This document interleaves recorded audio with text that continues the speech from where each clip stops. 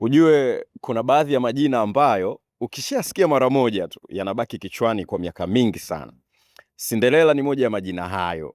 Lakini uliwahi kujiuliza kwa nini filamu hii iliitwa Cinderella wakati jina lake halisi lilikuwa ni Ella? Hapo ndipo story inakuwa interesting, kwa sababu hilo jina halikuanza kama jina la kumuinua, maana baada ya kumpoteza mama yake Ella anaendelea na maisha pamoja na baba yake, yani mpaka baadaye anaishia kwenda kuishi na stepmother yake, yani mama wa kambo. So baba yake anapofariki, mazingira yake yanabadilika kabisa. Ella anaishia kufanya kazi za nyumbani, tena karibu na majivu ya sehemu ya moto, na hapo ndipo Ella inaanza kugeuka kuwa Cinderella.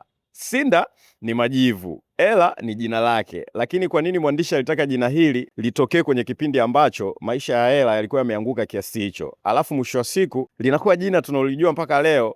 Na hapo ndipo kuna siri ya kwanza ya filamu hii, kwa sababu jina hilo alikutengenezwa ili kumuinua, lilitokana na mazingira yaliyokusudiwa kumshusha, lakini baadaye Ella analikubali jina hilo, na hapo maana yake inabadilika. Kitu kilichotumika kumdhalilisha kinageuka kuwa sehemu ya utambulisho wake, na hii inagusa maisha yetu sana. Yaani kuna watu wanaweza kukuona ukiwa kwenye hali fulani, wakakupa jina kutokana na unachopitia, alafu wakaanza kudhani hilo ndilo jina lako wewe au huyo ndio wewe.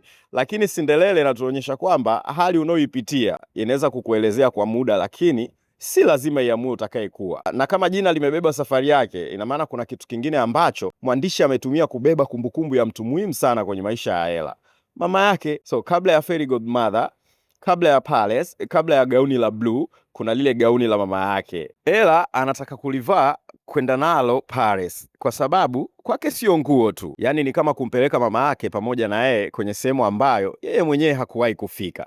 Lakini gauni linachanwa, na hapo kitu kilichokuwa kumbukumbu ya mama yake kinakuwa vipande vya nguo. Lakini angalia kinachofuata. Fairy Godmother anapofika, Ella hataki tu apewe gauni jipya, anataka lile lile la mama yake libaki na maana yake. Ndio maana transformation yake inaanzia kwenye kitu kilichovunjika, na Fairy Godmother analigeuza kuwa gauni la blue. Sasa swali linakuwa, yani kwa nini lile gauni liwe rangi ya blue lisiwe ile rangi ya mwanzo? Kwa sababu mwanzoni ilikuwa ni rangi kama ya pinki. Kwa nini sasa hivi la blue? Kwenye filamu hii blue inafanya kazi kama rangi inayomtoa Ella kwenye ulimwengu wa majivu, yani wa mateso, wa kuhangaika, kufanya kazi sana, na kumwingiza kwenye ulimwengu mwingine kabisa. Costume designer ambaye ni Sandy Powell alitumia tabaka nyingi za blue, turquoise na lavender ili gauni lionekane jepesi, karibu kama linaelea hivi. Na ndo kama umeitazama filamu hii utakuwa uliona lile gauni na matilio yake. So na kuna maana nzuri zaidi hapa, gauni linabadilika lakini Ella habadiliki. Hiyo ni muhimu sana. Fairy Godmother hamgeuzi kuwa mtu mwingine, anabadilisha kile kinachoonekana nje, lakini yule mtu mwenye moyo, ujasiri na wema bado ni Ella yule yule. Na hapo filamu inatugusa moja kwa moja. Wakati mwingine tunafikiri tutakapopata pesa, kazi, cheo, mafanikio au recognition ndipo tunakuwa watu wa thamani. Lakini Cinderella inatuuliza tu, je, mafanikio yanakupa thamani au yanafanya tu watu waanze kuona thamani ambayo tayari ulikuwa nayo? Kama gauni linawakilisha mabadiliko ya nje, basi kiatu cha Crystal kinatupa clue nyingine kabisa. Kwa nini kiatu? Kwa nini Crystal? Na kwa nini kiatu hicho ndicho kinachokuja kumtambulisha Cinderella? Kwenye filamu slipper inakuwa kitu kinachobaki kama ushahidi wa yule msichana aliyekuwa kwenye Paris. Na kwa toleo la 2015 kile tulichokuwa tukikiita glass slipper, kwa sababu kile kiatu kinaitwa glass slipper, kilitengenezwa kwa Crystal kwa sababu glasi haikutoa ule muonekano wa kung'aa waliokuwa wanautaka. So wakashirikiana kwenye utengenezaji wake wale consumer designer. Lakini siri tunaokuwa nayo si matilio yake, ni maana yake. Unaweza kubadilisha gauni, unaweza kubadilisha mazingira, unaweza kumtoa mtu kwenye majivu na kumpeleka Paris, lakini bado kuna kitu kinachomfanya awe yeye, identity. Ndio maana slipper inakuwa kama fingerprint ya Cinderella. Mtu mwingine anaweza kuvaa gauni kama lake, lakini hawezi kuwa yeye. Na hapa tunamuelewa Kit, yani Prince, kwa namna nyingine. Ella anapokutana naye hamjui kama ni Prince, yeye anamjua kama Kit, na Kit anamjua Ella kama Ella kabla ya vyeo vyao kufahamika. Hiyo si tofauti ndogo. Filamu inawafanya watu wawili wakutane kwanza kama binadamu, alafu baadaye ndipo tunajua mmoja ni Prince na mwingine ni Cinderella. Kwa sababu kama wangekutana baada ya kujua statasi zao, tungejiuliza wanapendana wao wenyewe au wanapendana na kile wanachokiwakilisha, yani statasi zao, kwa sababu mmoja ni Prince, mmoja ni Cinderella. Lakini hapa Kit anakutana na Ella kabla ya Cinderella. na hapo character mwingine anaingia. Huyu character alikuwa anaitwa Lady Tremaine. Lady Tremaine bwana, huyu ndo mama wa kambo wa Cinderella. Mara nyingi tulikuwa tunamuona kama mama mbaya tu, lakini ukiangalia kwa kina, yeye ni mfano wa kile ambacho maumivu yanaweza kumfanya mtu awe. Ella anaumia, lakini anachagua kubaki kind. Tremaine anaumia na anaamua kutumia maumivu yake kuwatawala watu wengine.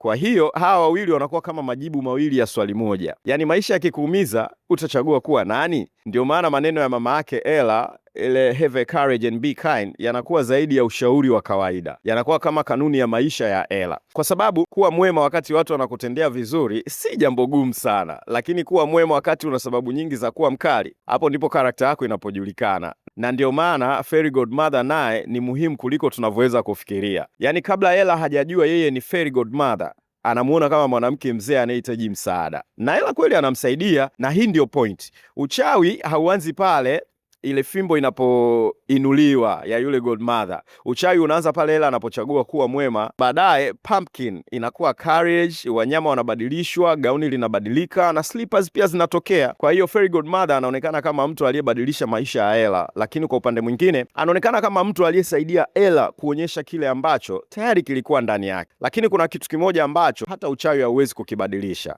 muda.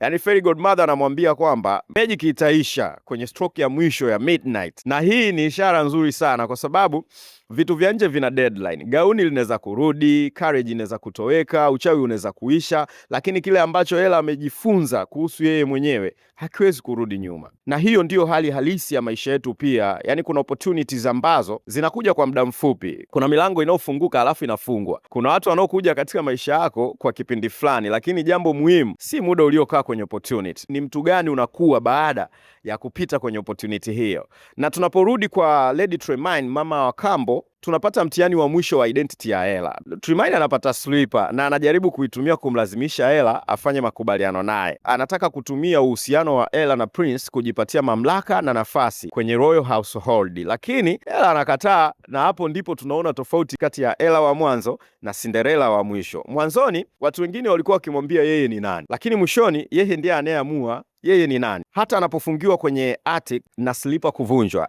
identity yake haivunjiki. Na hii ndio sababu slipper kuvunjwa ni scene yenye maana kubwa sana.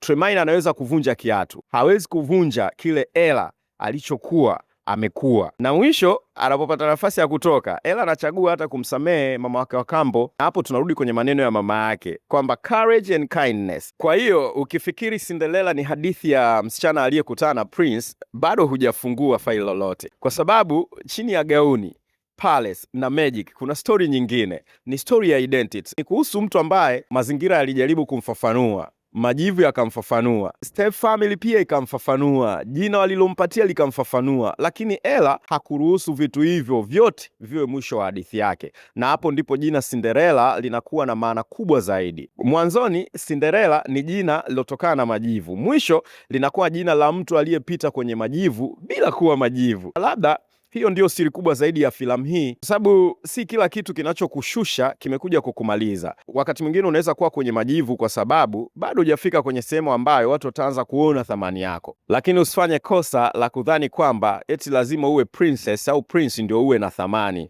Ella alikuwa na thamani kabla hajavaa gauni la blue. Alikuwa na thamani kabla hajakutana na Prince ambaye ni Kate. Alikuwa na thamani hata kabla ya ile palace yenyewe, kingdom kwa ujumla. Na alikuwa na thamani hata pale watu wengine walipomuita Cinderella kwa dharau. Kwa hiyo ukirudi kuitazama Cinderella baada ya hii breakdown, jiulize yani, kwa nini jina hili? Kwa nini majivu? Kwa nini gauni la blue? Kwa nini crystal? Kwa nini midnight? Jiulize maswali yote hayo, na muhimu zaidi, kwa nini mtu aliyedharauliwa kwa jina hilo ndiye aliyeishia kulifanya jina hilo liwe jina tunaolikumbuka mpaka leo? Kwa sababu labda hata maisha yetu yana majivu yake. Kuna kipindi ambacho watu wanakuona kutokana na ulipo, si kutokana na utakapokuwa.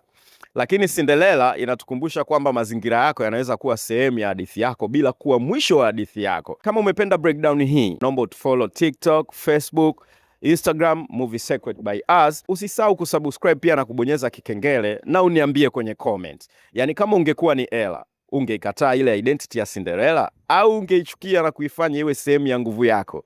Karibu Movie Secret by Us, mahali ambapo hatuangalii filamu, tunafungua maana zake. Tutaonana kwenye case file inayofuata. Asante na karibu.